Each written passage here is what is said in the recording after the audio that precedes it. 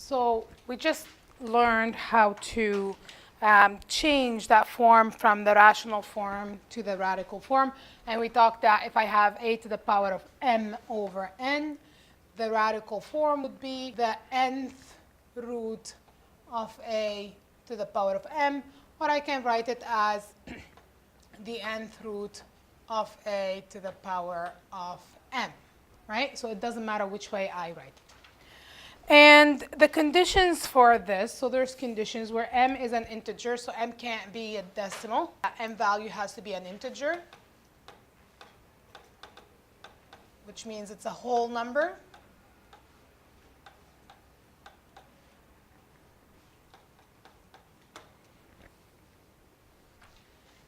N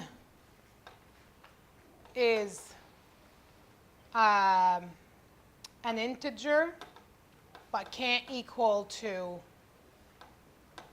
0, right? Because I can't divide by 0 or 1. Actually, I should say it like this. It's not n equal to 0. It has to be a positive number, right? It has to be a positive number that's greater than 1.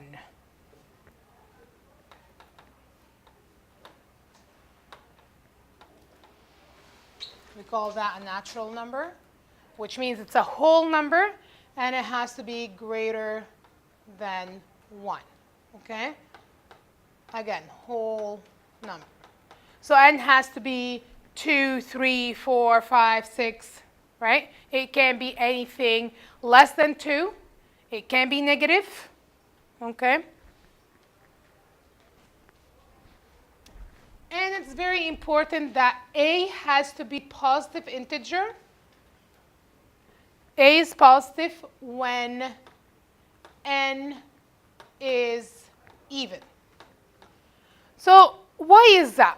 That scenario right here, can you take the square root of negative 15? Do the square root of negative 15.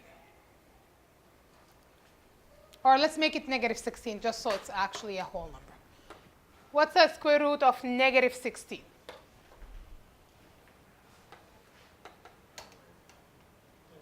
It's an error, right? How about the square root of the cube root of negative 27?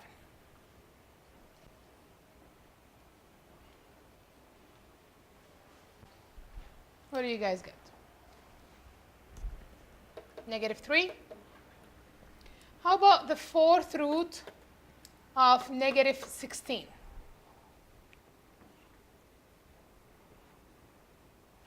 What do you get? An error? I'll come and help out, okay? So the reason why these are giving me an error, because if you look at the root, right? The root here, that's a 2. The root are even roots, right? However, the one that with an odd root, it gave me an answer. That was no problem. It gave me a negative answer. But the problem with the even root, you can't do an even root of a negative number. The reason for that is if I do negative 2 to the power of 2, what do you get? 4, right? Positive 4? Yes. How about if you do negative 2 to the power of 4? What do you get? Positive 16, right? So any number that I square or I do to the power of, I have negative 2 to the power of 2, that gives me 4. If I have negative 2 to the power of 4, that gives me 16. So what happens when I'm taking the exponent of even number, my answer is going to always be positive. So I can't do the root of a negative number because it doesn't exist.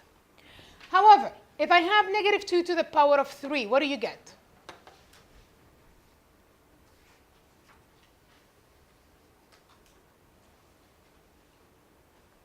Negative 8. Now with an odd exponent, I'm getting a negative answer. So it's okay if I do the cube root of negative 8. That is going to work. right? But anytime I square or I 4 to the power of 4 to the power of 6, my answer is going to be positive. So I can't do the root of a negative, an even root of a negative number. Okay? All right. And remember that rational means root. Sorry, radical means root. And rational means fractions.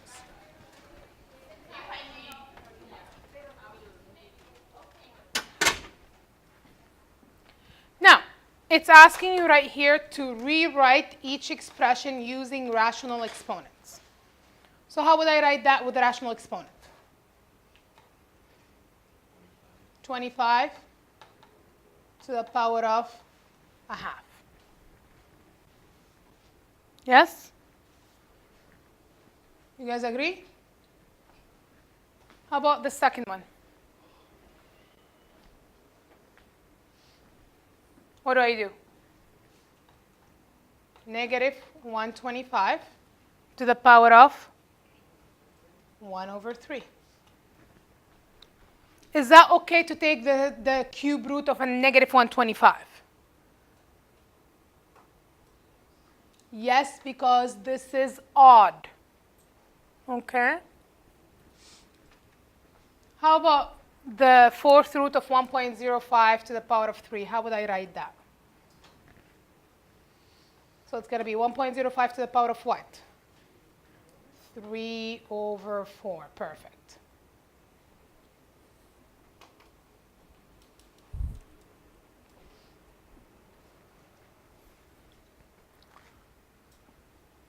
You have to read the question properly, okay, guys? In this case, it doesn't ask me to evaluate, so I don't have to find the answer for it, okay?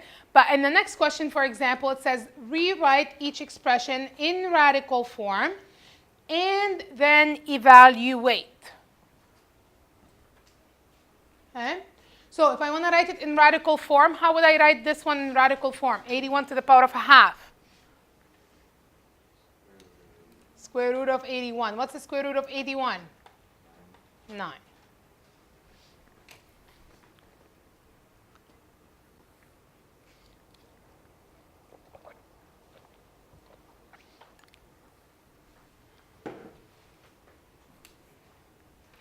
How about negative 64 to the power of 1/3? How can I write that as a radical? Cube root of negative 64. Can you guys find the answer for me? Negative 4. See, these work because your exponent is odd.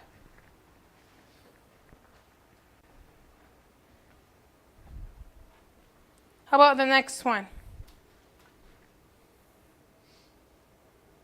How would I write it as a radical form?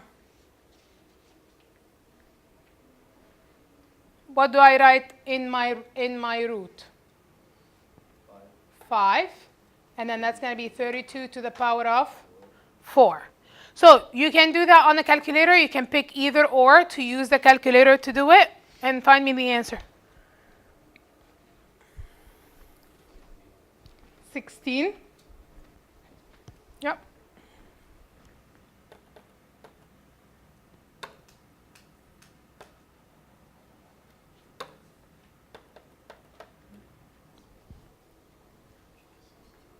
Why 16? Let me show you. Let's look at this in pieces, okay? So I have the fifth root of 32 to the power of 4, or I can write it as the fifth root, oops, that's a fifth of 32 all to the power of 4. Yes, I can do either way. They mean the same thing. Okay. What's the fifth root of 32? Can you find that for me? Fifth root of 32. 2. Right? So that's the same thing as writing 2 to the power of 4. What's 2 to the power of 4? 2 times 2 is 4, times 2 is 18, times 2 is, that is 8, times 2 is 16. Yeah? So what you can do on your calculator, you can do the fifth root of 32 to the power of 4, or you can do 32 to the power of 5 over 4. Make sure you put it in bracket. If you don't put it in bracket, it won't give you the right answer for most calculators. Some calculators, they're fine.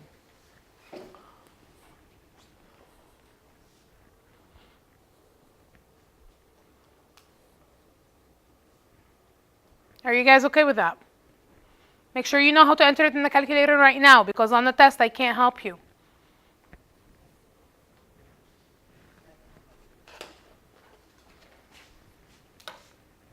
Are we good? You need a new calculator. Your calculator is. See, the thing is, if I get a new one, then I have to relearn how to do. Yeah, but these ones, like this one, it's easier, right? So you're gonna do 5, and then second this. No, wait. Your calculator is backward. So I have to go with 32. Second this, 5. So that gives me the first answer. Okay. And then I have to do to the power of 4. Okay. Or you can do 32 power, open bracket, 4 over 5, close bracket. Nope. I think you were the right idea, but just. I didn't, nope.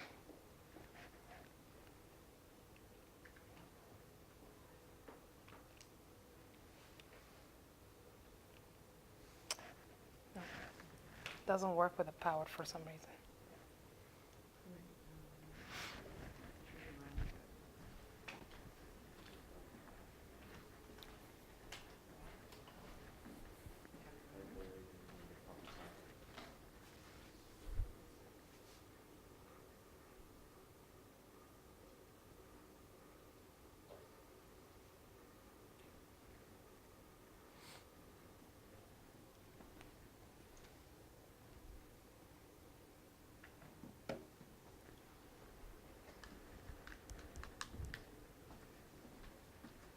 All right, now what happens if I have to solve?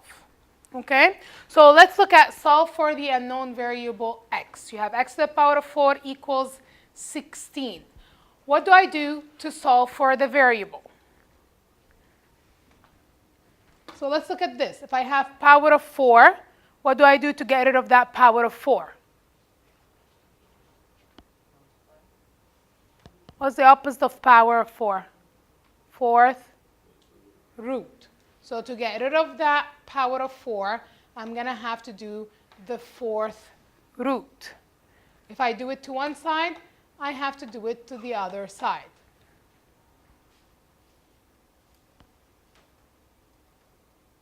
Okay, then fourth and 4, so that gives me x equal to the fourth root of 16. You can do that on your calculator, and you're going to get 2.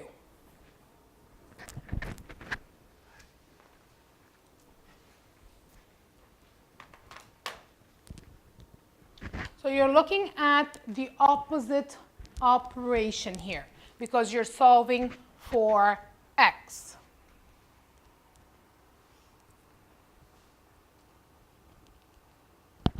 So here's a question for you.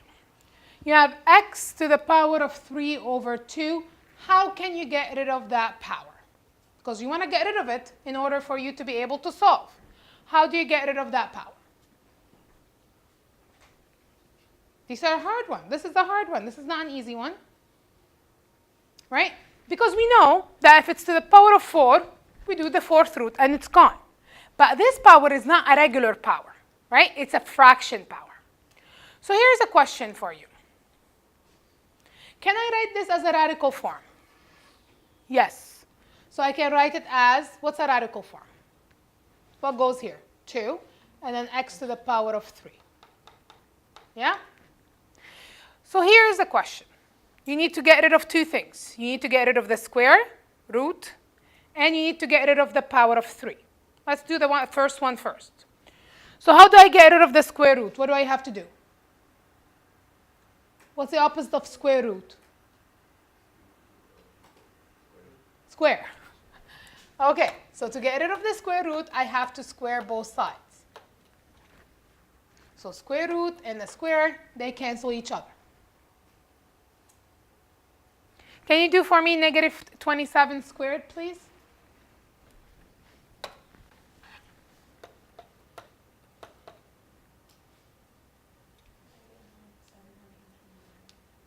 Okay, so keep that in mind. I'm just going to put negative or positive. It's got to be a positive. Did you put it in bracket? Because anything to the power of 2, anything to the power of an even number, it becomes positive.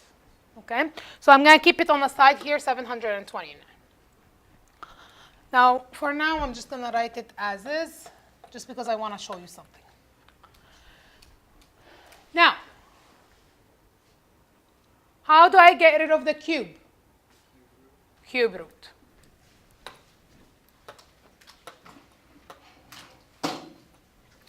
So when I cube root, the cube root and the cube, they cancel each other.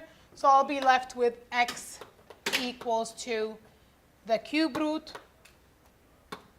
of negative 27 squared.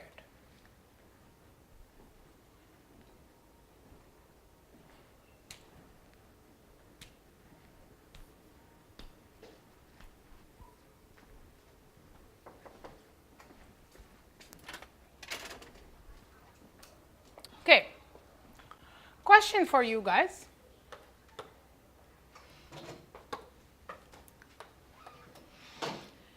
Can you write the cube root of negative 27 squared as a rational exponent? What do you write if as a rational?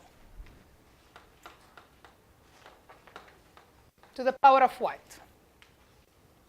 2 over 3. Okay? So let's go back here and tell me what's the difference between what we started with and what we ended up with.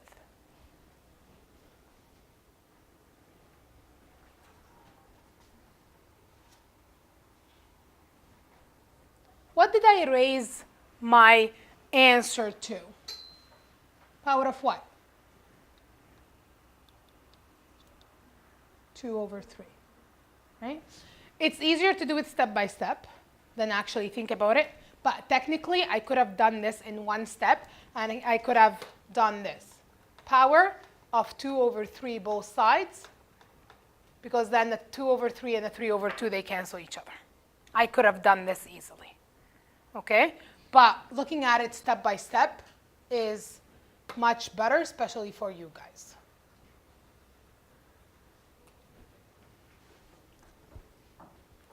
I want you to take a minute and try the next question.